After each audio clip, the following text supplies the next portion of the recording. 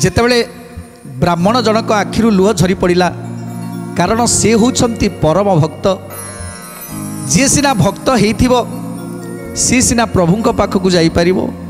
तेणु समस्ते ए दुनिया रे अनेक लोक अछंती हेले हठात कहीं आज ए ब्राह्मण जनकर विद्याधर पंडितंकर देखाला आ विद्याधर पंडित को आज नहीं आसी जीवाई से ताकू चयन करिसंती माँ लक्ष्मी जे से केवल कृष्ण को पाखक जीव।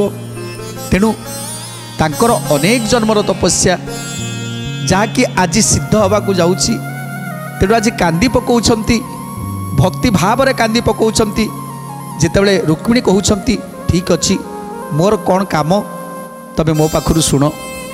मोठारू बारता घेनी द्वारका कू जीव कृष्ण को चामुरे नेई लेखा गोटी देव। कृष्ण को चामुरे नेई लेखा गोटी देव।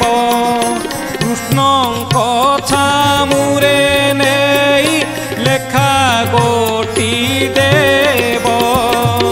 आयास पाइण पारिब की साधी ब्राह्मण बोइले तुम्बे नारी रत्न निधि रत्न निधि।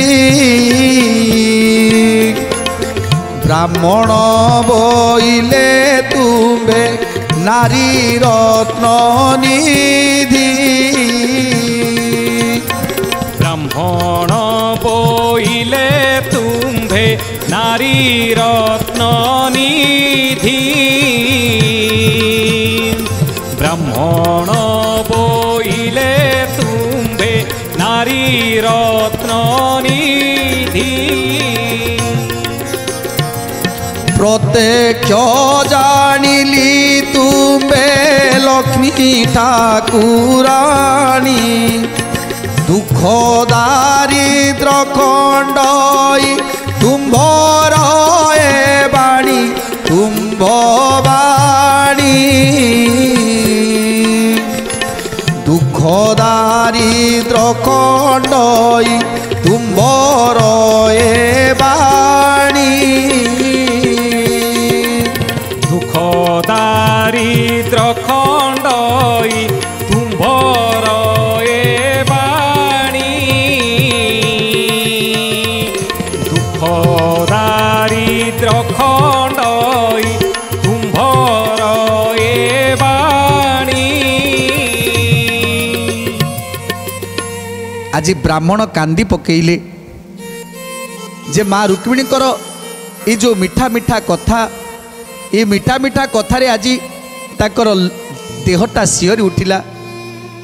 तेणु भक्त सीना जाने भगवानकर कथा आ भगवान सीना जानती भक्तंकर कथा। तेणु जेतेबेले ब्राह्मण जानी पारिछंती ये होउछंती स्वयं महालक्ष्मी मर्त्य जन्म नहीं। तेणु आज ब्राह्मण खुशी हो जाइछंती। एथर रुक्मिणी कहउछंती हे द्विजवर मते कुह तमे मोर गोटे काम करिवो एई क्षणी तमे द्वारका को जीवो आ मोर गोटे चिटाउटे नहीं कि जीवो